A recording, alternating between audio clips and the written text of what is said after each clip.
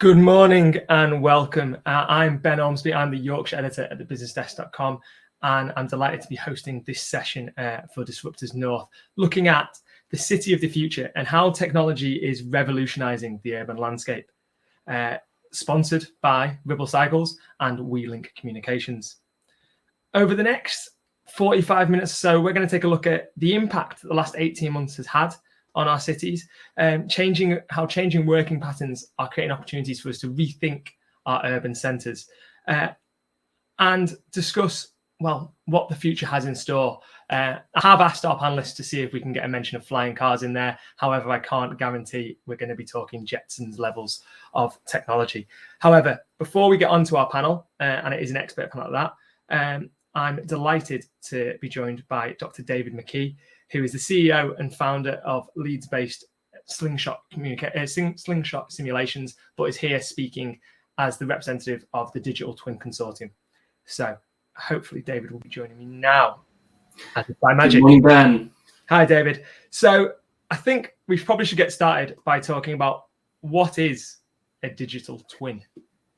That's a very good place to start. And I think probably a year, 18 months ago, we would have struggled to answer that on the basis that every single person you talked to would have had a different definition. I remember we canvassed the market through the Digital Twin Consortium, 300 industry members. We had, I think, probably about 500 different definitions. So probably about 2 or 3 definitions per individual, which is never helpful. So we went through an exercise for 6 to 9 months last year to really define this with input from our industry members. And we came out with this very clear definition, and then I'm going to give a simplified one. A digital twin is a virtual representation of real-world entities and processes that are synchronized at a specified frequency and fidelity. And I'm just going to emphasize 2 key elements there.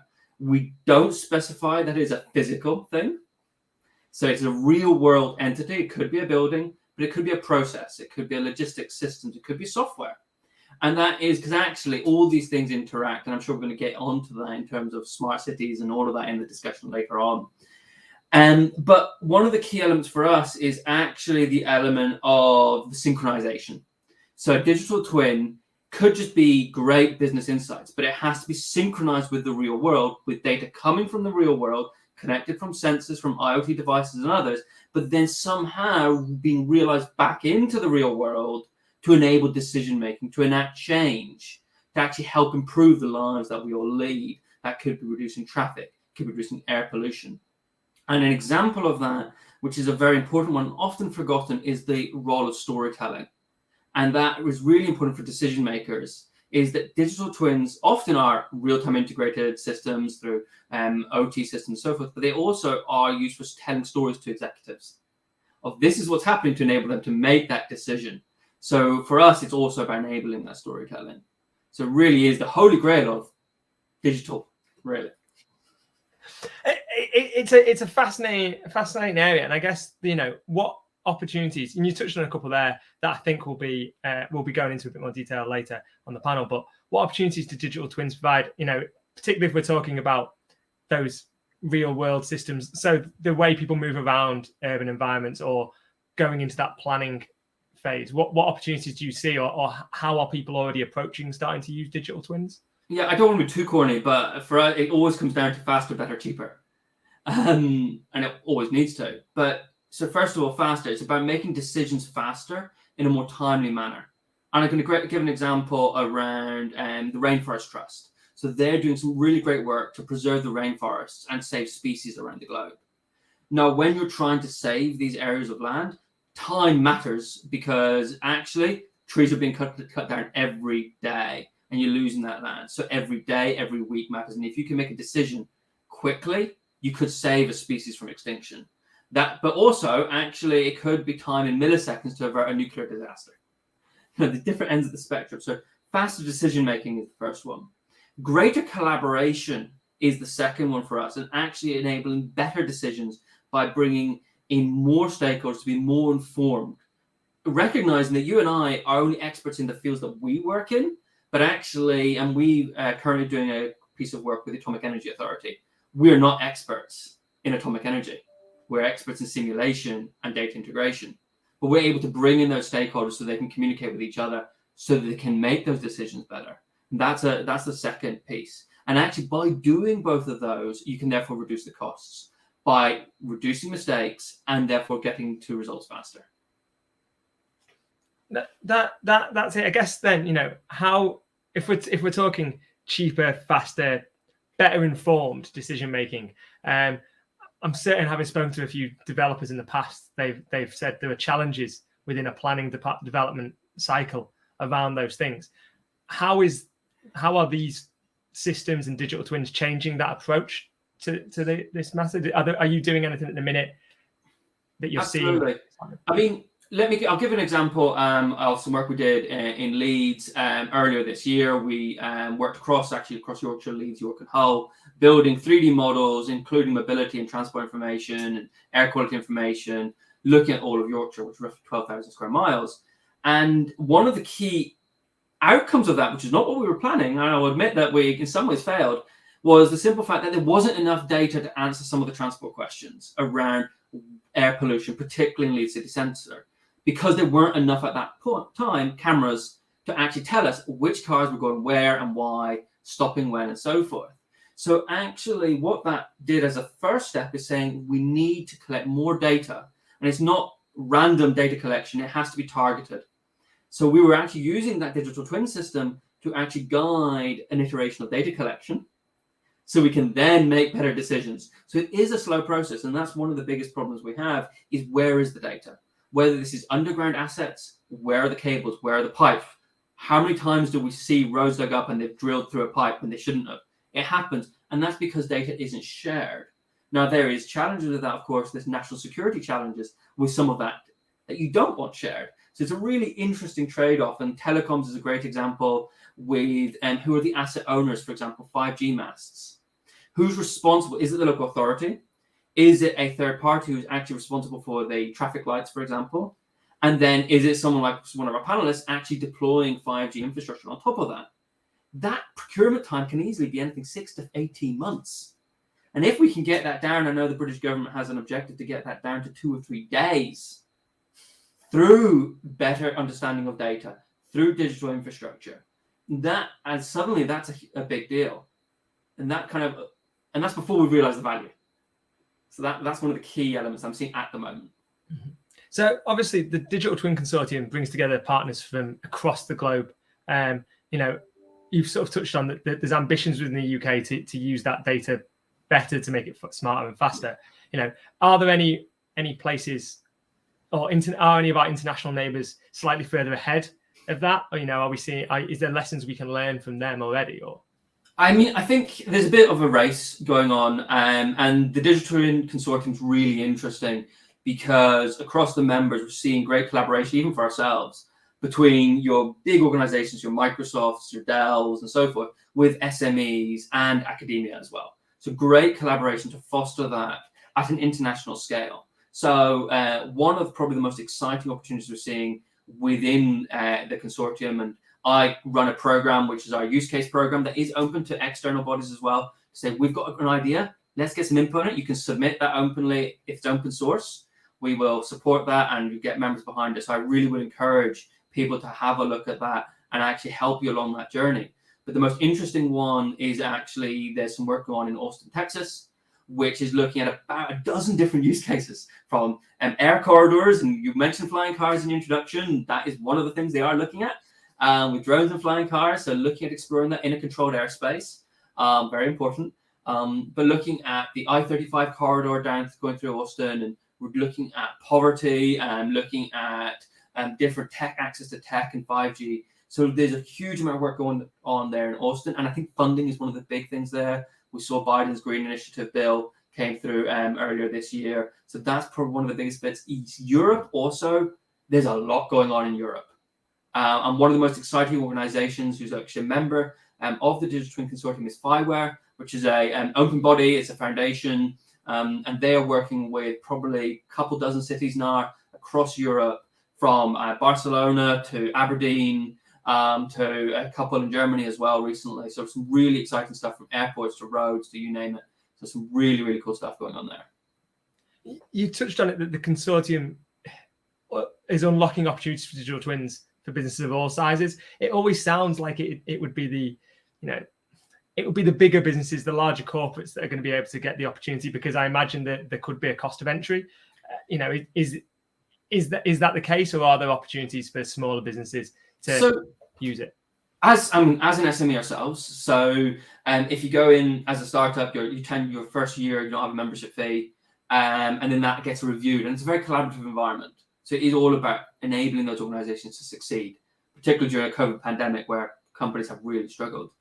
But we saw, and I would say most of the, I'll say active participants, because we always see members who might have signed up and they don't necessarily get involved, probably have made back whatever they paid in tenfold in terms of those collaborations, because those big organizations are doing some really cool things, but they need to be seen to be collaborating with SMEs. Because what do they need? They need new, novel technology that in reality, they're not going to develop themselves. And that's actually a really, really cool opportunity for an SME where you can suddenly go and talk to the global chairman of Dell. You could go and have a chat with the chief strategist from Microsoft. And when I, as a CEO of a small tech startup in Leeds, going to ever have that opportunity? I couldn't imagine having that, but actually I can pick up the phone to them because we've got that collaborative environment and they want these things to succeed. And you'll get that advice of, have you considered this? Actually, I'm going to introduce you to one of my clients. So that opportunity is unreal.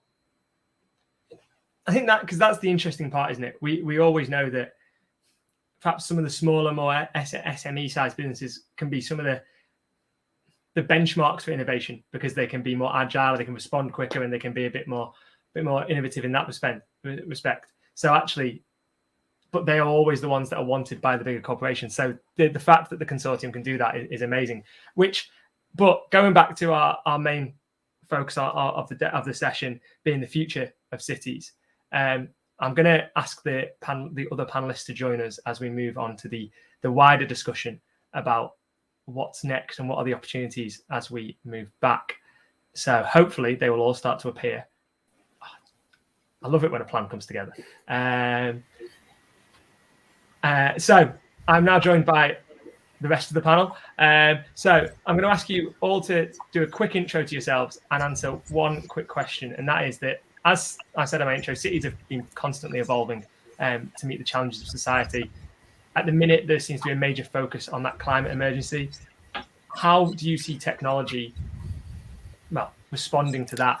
And if you can do a quick intro and try and answer that succinctly, that would be brilliant. And I will start on the top row, on the top right of my screen, which is Stephen Muldowney. Morning, everybody. My name is Stephen Muldowney. I'm a business development manager at WeLink Communications. WeLink Communications is a wireless gigabit broadband provider.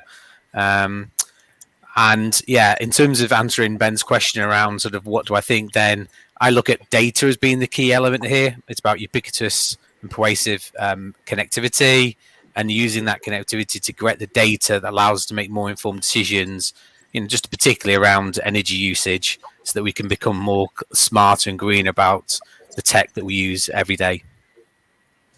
Perfect. Ralph, you next, please. Yeah, hi everybody. Ralph Varcoe, Chief Growth Officer for Connexin. Connexin is a proudly born and bred company in Hull. We provide telecoms and IoT services across the country, fixed wireless access, fiber, and we have an IoT platform and networks.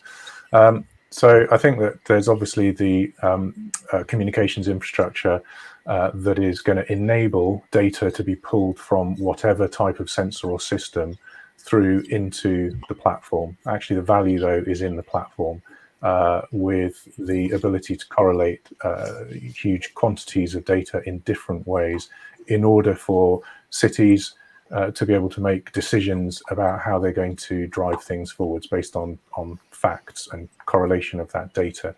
I think that technology is there to help, for example, with optimizing traffic management and bus routing, which is a project that we're working on currently. Also looking at how you're actually driving new energy within buildings. And we've seen just recently the announcement around heat pumps, etc. So there's lots of different sorts of technologies which combined together will enable cities to really embrace what they need to do for the future. Fantastic. Edmund, same question. Same procedure. Yeah, okay. Hi there, everyone. My name's Edmund Barrett. I'm Senior Business Development Manager at Tuya. Tuya is a company that originated from China. We operate now worldwide, offices around the world. And what we do is we make devices smart. So we introduce modules based on standard protocols, communication protocols, and connect that through, again, standard technologies and public cloud, and combine it with our own software to control things like smart homes, nursing homes, offices. So we're quite focused really on the use cases, particularly on buildings, although we're starting to branch out with things like NB-IoT outside of buildings. So I guess with that context, how I see it's technology addressing the challenges of society, or particularly with regards to climate change, I think I see it from a use case perspective. So one of the major drivers will be around energy efficiency. And that doesn't have to be from an environmental perspective. That can also be from a cost effectiveness, cost to serve perspective. So we're seeing particularly after COVID and the lockdown, very different way that people are using, say, buildings. So for example, office buildings, people doing a lot more working from home, maybe working from a shared co-working space, etc. So how can we make all of the lighting, the heating, air conditioning, etc., smart, so that it adjusts according to that usage and isn't running the whole time. So we can drive that energy efficiency very easily. Also things like improving maintenance. So stuff like predictive maintenance means that there's less likelihood that someone has to head out and repair something, which obviously reduces the amount of traffic, but also drives down the cost as well. And then finally, one of the negative things, obviously, around the climate emergency is the fact that it's already happening. So we've seen where I currently live in Germany, we've had a lot of flooding and things like that. So it's also about warning the public and warning the people within a particular conurbation. Let's say, for example, there's a flood or a fire, etc., getting that warning out in time. And that's something where we can use digital technologies as well. Perfect. And lastly, Fraser, same question to you. I have a feeling you might have some interesting inputs about how people can start thinking about tackling climate change. Yeah, maybe a bit different from some of the other panel guests. So yeah, good morning, everyone. I'm Fraser Hamilton. I'm the head of commercial for Ribble Cycles. So Ribble Cycles is a direct-to-consumer bike brand. It's been around since 1897. So I think it's fair to say we've seen our own fair share of evolution in the cities through the years. But I think certainly over the last 2 years, I think from our perspective, the electric enablement of transportation has certainly driven a change, a more behavioural change. So I think from our position as a bike brand, we are certainly the enabler for the end consumer. And I think our input today will probably give a bit more perspective on that end consumer and what their behaviours are doing and how they've changed. So to give some context and an example, over the last 2 years, this is prior to the pandemic, electric bikes has grown by nearly 200% within our business. So the demand is there. People are wanting to make change. And I think from a consumer side, that then bleeds into other elements where they start to think about, various different things like, do I have to take, a car for this journey or can I do it by bike? And we're seeing this now within the courier sort of industry. So you look at some of the last mile delivery networks, some of the guys are now using cargo bikes or electric cargo bikes to start delivering raw mail. Great example, DPD. These changes are happening already, they're live. So from our sort of perspective as a kind of enablement and as a bike brand, we're really giving consumers the options to make them make better choices to help for things like climate change and even kind of health and mental health as well. So fantastic. Right. Well, we'll get straight onto it because you've all managed to sort of say almost 3 buzzwords which allow me to keep this show rolling. So IoT, data, and then, the wider economic benefits of that. But if we take that, IoT and data require something that I think we're all aware of, and that's connectivity. So as we're embracing more connectivity and, everything is connected. I'm sat here with my phone controlling my heating and everything else while doing this.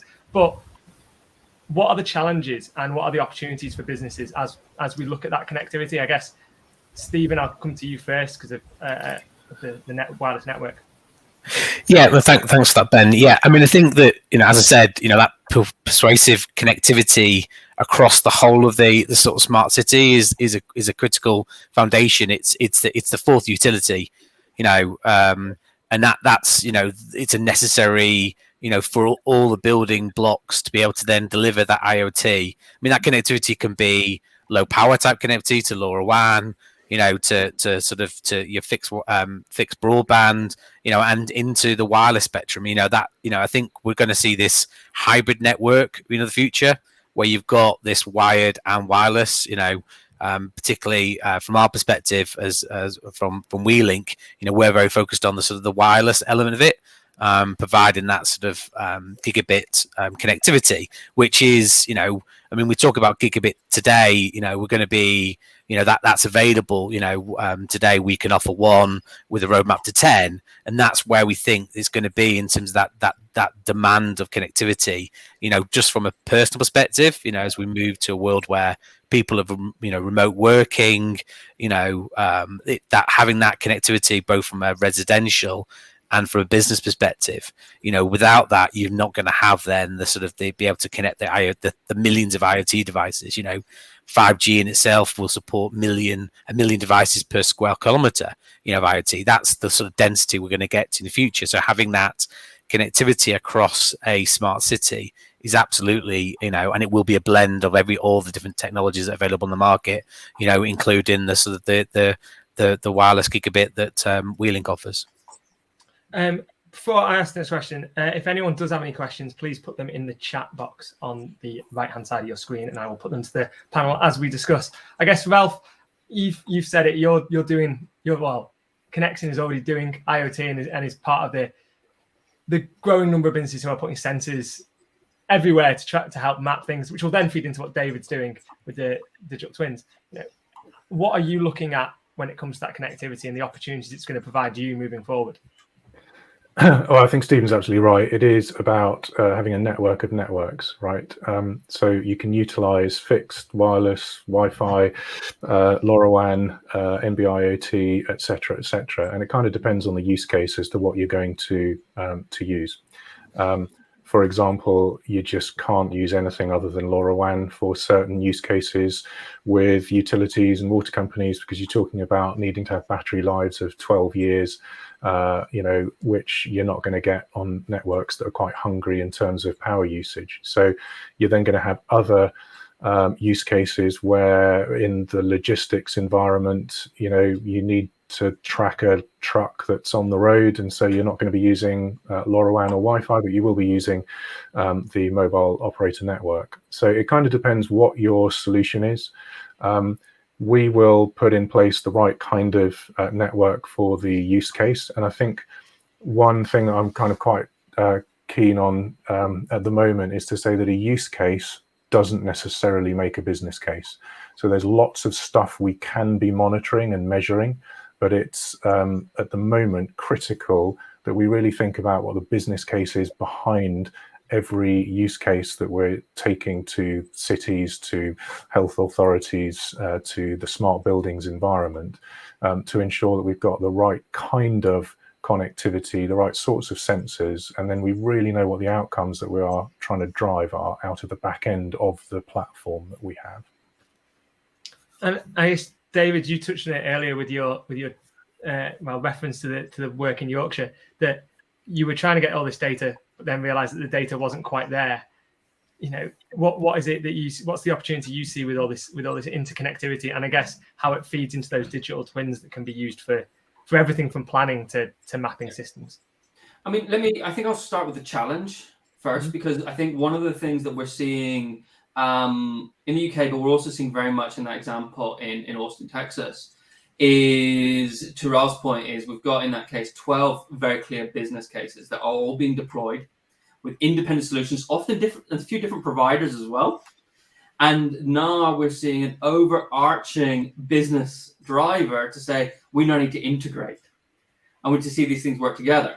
And we've got a dozen proprietary formats and so forth. So there's a big integration challenge in that we've seen over the last 5 years. They've defined and deployed all these great systems, but they're not compatible. So the biggest challenge we're now seeing is that we're seeing some great innovation within specific use cases, many of which we've just talked about, that are realizing phenomenal value and improving lives. But the next step to that, which is the real opportunity, is now to get these to talk to each other. To say, okay, how can we see that different information from the LoRaWAN networks, from your mobile networks in terms of the trucks and all of that, in terms of the utilities and the air pollution, and actually understanding, well, my commute. You know, there was a great piece of work done by the University of Leeds 2 years ago, which worked out that for most people in the suburbs of Leeds, the healthiest way to actually get to work, and I'm sorry, Fraser, it wasn't cycling. And the reason was actually because the cyclists were having to get stuck behind buses on the way in. So they didn't have the cycle route, so they were actually breathing in huge amounts of fumes on the way in. Now that then informed decisions around cycle routes. So hopefully when they do that study again, they'll find that the answer is now cycling. And I hope so, because I'm going to be starting cycling into work fairly soon again. But that was a really interesting piece where it was non-obvious. And that was because they had to bring this data from these different sources to actually give that insight. So that's really for me, it's the opportunity is we can start realizing phenomenal value by bringing these different sources and to answer some really interesting, and particularly when we talk about climate change, those are not discrete problems. These are problems that affect everything from supply chain to construction to commuters, every part of our lives. I always enjoy it when you manage to both, pop the bubble that cycling's the healthy way to get to work, but then also caveat it with you are a cyclist and hoping that it's all going to be all right. Fraser, I guess, you're a direct consumer brand. How much time goes into thinking about that connectivity of devices and for consumers as we're moving forward? Because we are all used to our cars telling us where everything's going. How much of that is in play with you guys?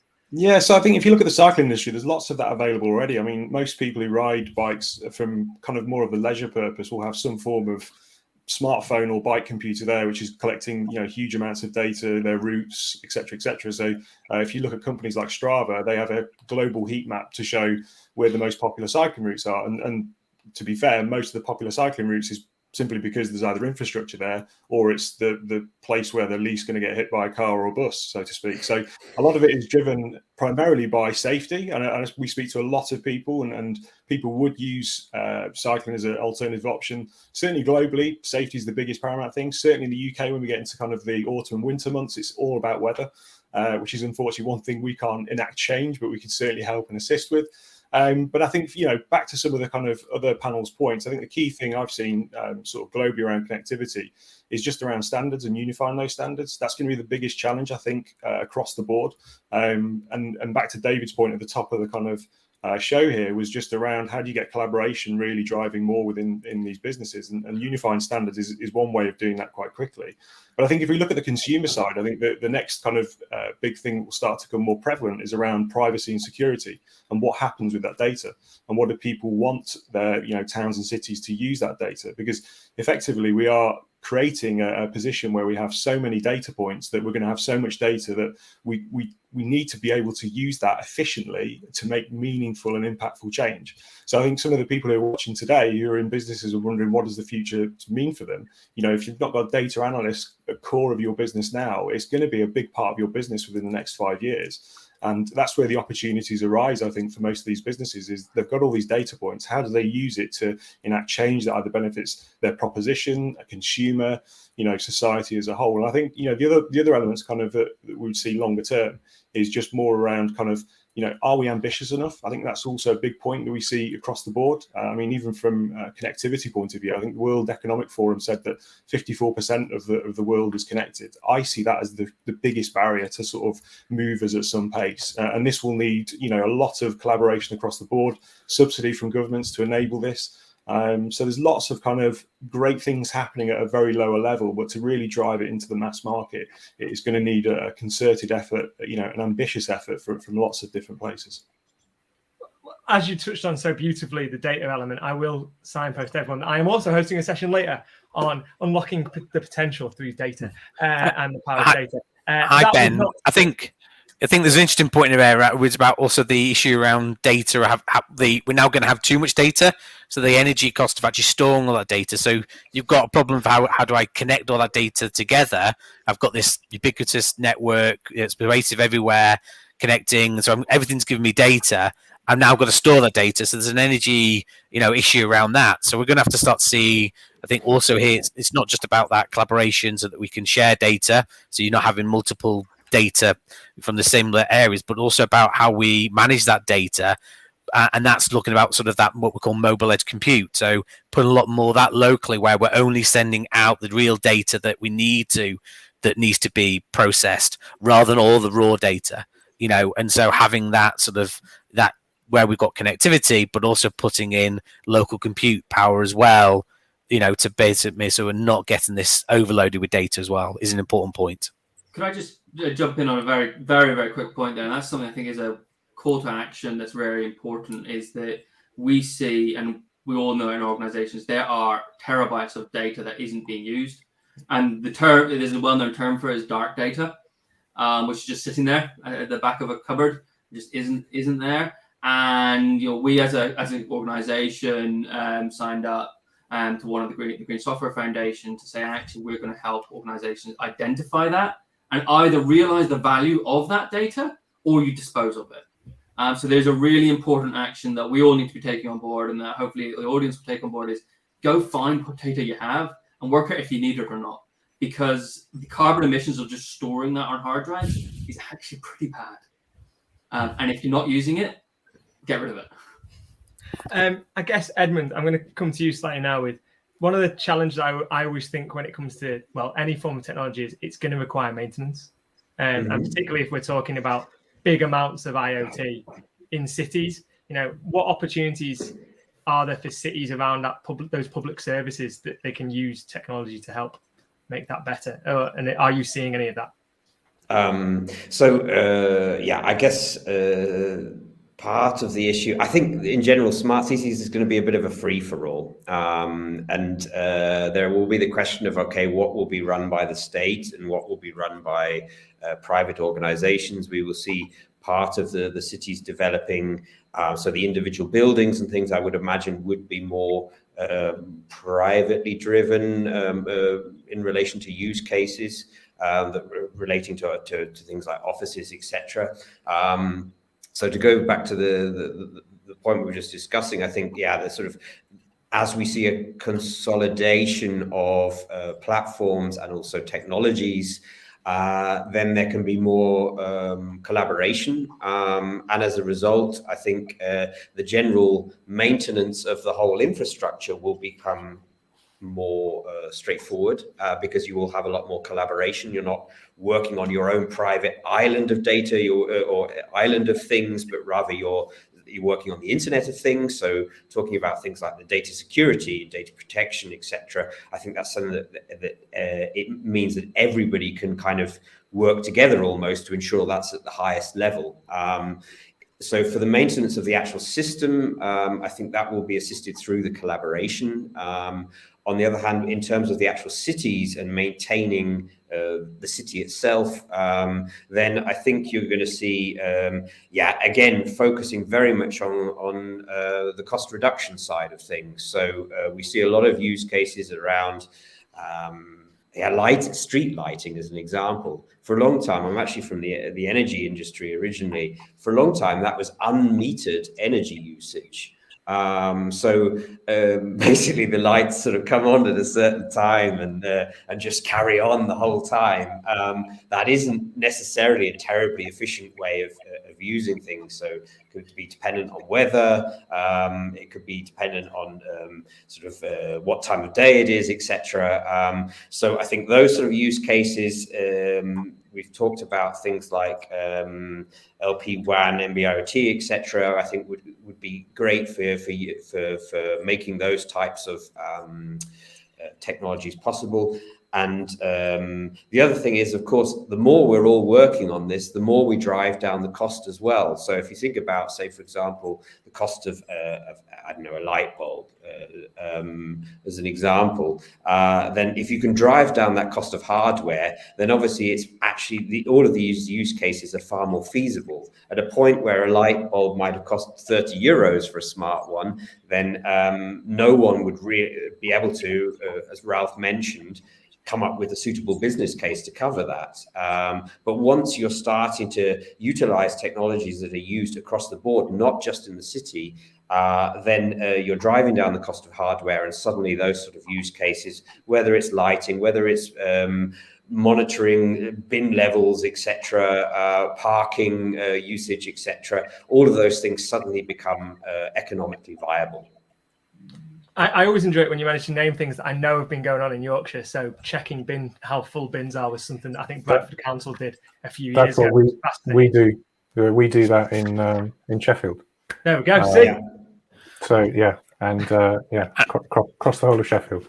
And what a great way, sorry, just as a final point, to improve the quality of life in cities. If you're able to do something like that, when the city councils are fairly pinched for budgets anyway, to be able to drive down the cost there and then be able to invest in other things that maybe don't have so much with technology to do, but certainly make living in the cities that much more enjoyable. I guess one of the challenges I always think is that a build cycle is quite a long period of time. It doesn't happen perhaps at the same rate that it feels like technology advances. You know, what advice have you got for those developers and planners, etc., to ensure that they are always embracing the latest and that we don't get stuck in a VHS versus whatever the other one was back in the day situation of backing the wrong horse? Who wants to try and take that one? I'm going to throw it out. Go on, Stephen. Yeah, I think that a technology we haven't mentioned today is going to be a key part of this, is the blockchain. So how do cities use then blockchain? There's multiple examples across the globe where that's been used as a technology to allow that we have this better planning across the cityscape, so that we're basically we've got to put in connectivity, then everybody's aware of what's going on, and then maybe some of the work that can be done, a shared resource, so that if you're having to install something on a 5G cell and a millimeter wave backhaul, that everybody's aware where each asset is and my access to it, who do I control. So that I think that is really important to make sure that we get more efficient in the planning of networks, the networks and the cityscape. And I think that blockchain has a really key, technology within that. I mean, just to jump in there, I think for me, if I move away from an individual technology, because an individual technology is here today and in 5 years' time it's out of date. And take blockchain as an example, some great use cases for it, but it's also a very energy hungry solution that isn't necessarily appropriate for a lot of situations. So there's sort of a balancing act there, and I'm really curious to see where that technology goes. But for me, this is actually where standards bodies and not necessarily and industrial bodies collaborate together to say what is next, being able to say, okay, this is where it's leading. And we're seeing, particularly out of Germany, all the work around industrial IoT, with the asset admin shell and OpenCUA and all of those standards really being driven, and some huge adoption as a result of that. And actually seeing that is this ability to say, actually, you can't really expect a local authority to be on top of what is the latest tech. It's not their job. But us as providers, working and selling them solutions of different types, technological, mobility, and you name it, we have a responsibility to be on top of these things, and therefore have a responsibility to be part of those communities so that we do know what is coming and we can keep our partners informed.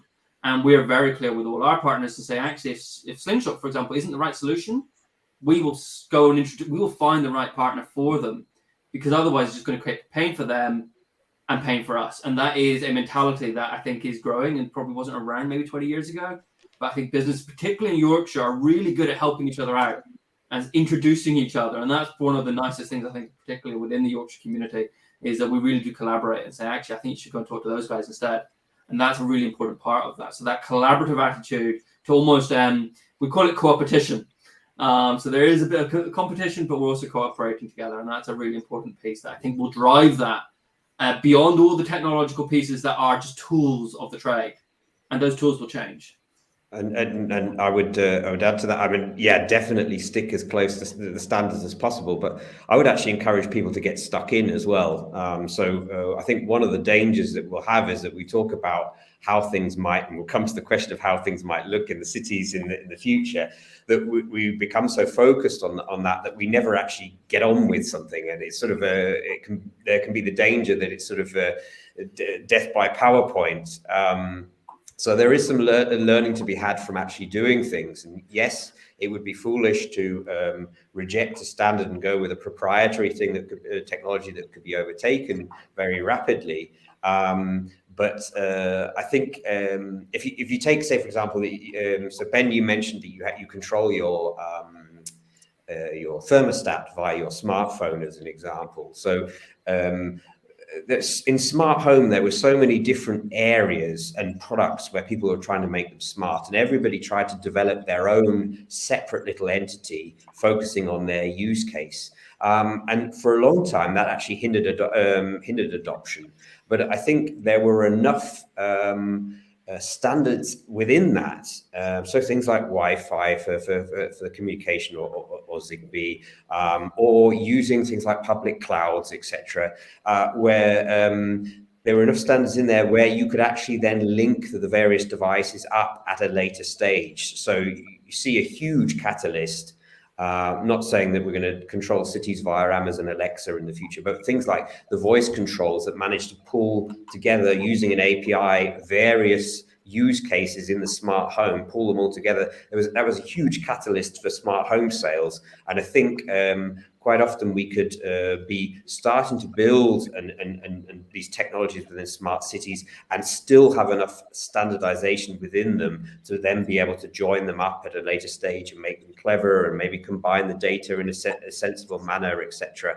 I just use one final example. I mean, if we take away the computer side of things and look at how cities have evolved, etc., I'm sure at the time that we actually started building streets, it was feasible that say the design of roads or cycle paths, for that matter, might change over the years. At the same time, we went through various stages of things like mud, cobbles, eventually moving on to tarmac, etc. So I think it's important to to actually make that start with how the city should look. And if we keep a close eye on the standards at the same time, then we should be able to join these use cases together in a sensible manner later on. Right. Well, I was going to quickly throw a question to what does the city look like in the future, but very quickly, we've got a question from the audience of if you could wave a magic wand and change one thing about dealing with local governments when putting forward innovation, what would you do? Have you got anything you would like to change, or do you just appreciate the challenges they have? Anyone want to take the stab? It's a difficult question. So, just one thought. I was at an event a few weeks ago. We had representatives of DCMS, TfL, Parliament, and a whole bunch of people. And the consensus was that while local authorities, city authorities, etc., remain fragmented within departments, the wide-scale adoption of smart technologies across a city, which have use case, business case benefits, is going to be a challenge. So actually taking an approach and saying, how do we integrate the various different budgets and requirements across different departments to look at it from a holistic point of view? That's going to be the path to greater adoption and greater success. So that would be brilliant, and we're actually doing that with Hull City Council right now, which is fantastic. But that kind of approach would, I think, help with the adoption. Yeah, and I think just adding that, then the ones that I've worked with, and we've worked with WeLink, then where they've got a vision, a digital strategy, and a vision around it, and that all the departments have signed up to, adding to what Ralph is really critical, I think. Perfect. Right, very quickly, and because I want the headline, how do you perceive the city will look like in the future? I'll let you pick the time period, but we're going minimum of a decade, and we'll start with Fraser first. Well, mine should be quite obvious, right? So I think from our perspective, mass transit's going to change dramatically. So like most people have said, the streets will look very different in terms of the space and how we use that space. It's going to be used in very different ways. I think also, as you've seen through the pandemic, office space is going to be less relevant within the city centres. So I predict more housing will start to pick up. And as a result, the other elements that will pick up is more green space within cities will start to look better. But I think most of the stuff will be, it's like an iceberg. All the stuff that will happen that will move cities forward will be completely under the water and not visible to Joe Bloggs or the consumer on the street, if I'm honest. But it will just make their lives a hell of a lot more efficient. Perfect. Same question to you, Stephen. I'm going to go for one. I don't think smartphones will be around. I think we'll move away from our that, and we'll have a different myriad of devices. So I think the smartphone will be gone within 20 years. Well, better not buy the new iPhone then. Edmund. Flexibility and sharing. So as Fraser's already mentioned, things like co-working spaces, not traveling to the same office. So I think we'll be looking in terms of how we travel through the city. Then there'll be a choice of transport things, not all owned by us individually, but rather through sharing models. And so therefore we need to have the connectivity that draws in all of the use cases, devices, and the partners who have an interest in that, and combining that with the data to make a really straightforward, intuitive user experience. So it's not a hassle for the consumers and the users of these technologies, but it's something that definitely enriches their lives. Perfect. David, same question to you. I think for me, I would say is actually a community where we are a data-driven community now, where we're not necessarily talking about smart systems or any of that. Whether or not they are mobile phones, who knows? But actually saying, I will know in 20 years' time that my daughter is safe wherever she is, and we'll just be informed. We'll be able to make those decisions. Healthiest way to get to work. What is that? And just be able to make it say, right, that's going to reduce my life by 2 years if I don't cycle, for example. Perfect. And Ralph, bring us home. I would echo everything that's been said, but particularly what David's saying there. I think it is about the community, and I think the shared experience of living backed by data that enables cities to become more integrated and provide the services to residents from all the way from care towards the end of somebody's life, right the way through to the beginning of life and everything in between. That's what technology is going to allow to happen, but it is going to require a slightly different way of doing things and integrating the various different elements together to make it happen. Perfect. So, and on that, thank you for joining this session. Thank you again to our sponsors, Ribble Cycles and WeLink Communications. Hopefully you'll be staying around for some of the other panel discussions that are planned today as part of Disruptors North. And next on the pink stage is Selling Northern Tech to the World, how the region is becoming a hub of excellence. And that is due to start in 10 minutes time at midday. So thank you again to all our panelists, and thank you for joining us. And I hope you all have a fantastic day.